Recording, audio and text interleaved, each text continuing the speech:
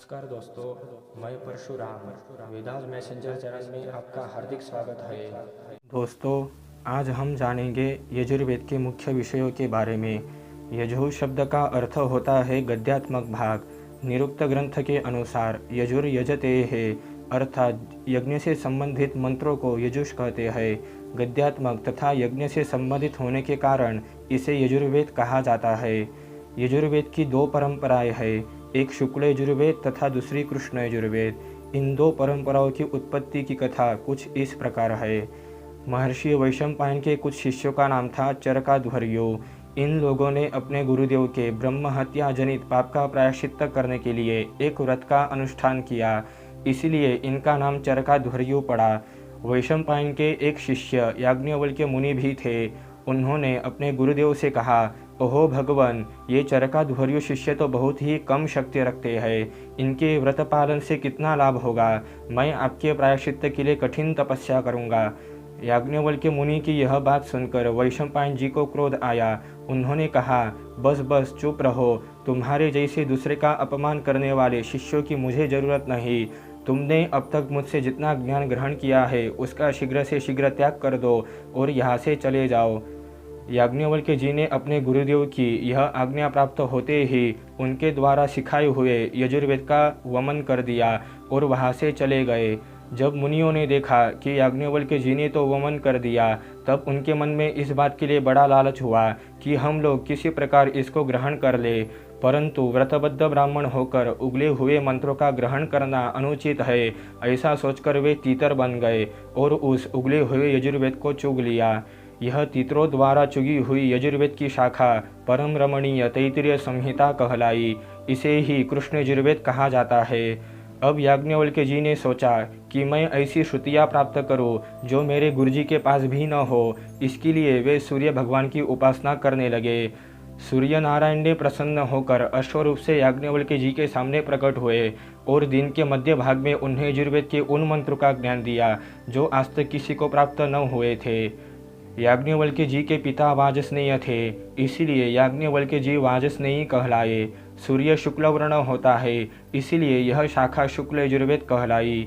दिन के मध्य भाग में याज्ञवल्क्य जी ने इस शाखा का ज्ञान प्राप्त किया, इसलिए इसे माध्यन दिन वाजस्नेयी शाखा कहते हैं।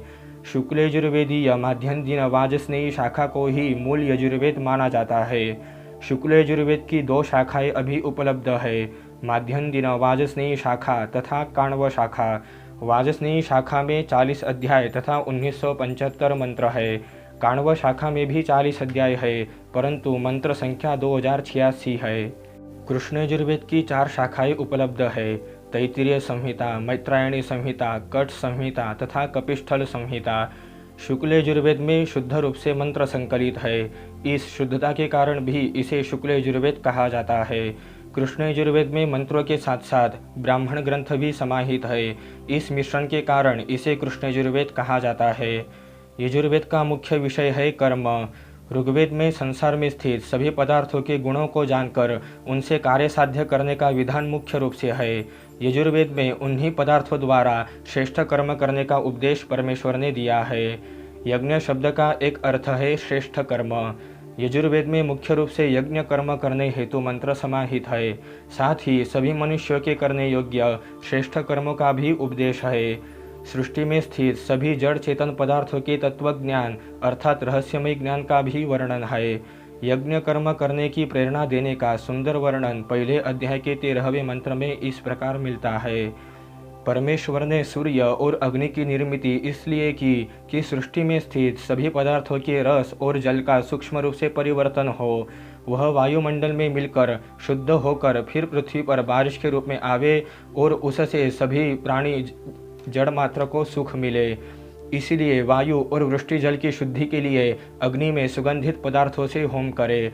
अग्नि में औषधि सुगंधयुक्त पदार्थ भस्म होकर उनके तत्वों का परिवर्तन वायुमंडल में होता है, जिससे रोगयुक्त वायु दुर्गंधि का नाश होकर वायुमंडल प्रसन्न और शुद्ध होता है। इस प्रकार सभी प्राणी मात्र की उपकार हेतु यज्ञ कर्म करने का उपदेश दिया है। यजुर्वेद के उपवेद का नाम है धनुर्वेद। यह शस्त्र विद्या संबंधित वेद है। विभिन्न शस्त्रों के निर्माण का विधान इसमें है। सैन्य प्रयोग, सैन्य रचना, राजनीति, राजव्यापार आदि राज्योपयोगी बातों का ज्ञान धनुर्वेद में समाहित है। यजुर्वेद के ब्राह्मण ग्रंथ का नाम है शतपथ ब्राह्मण।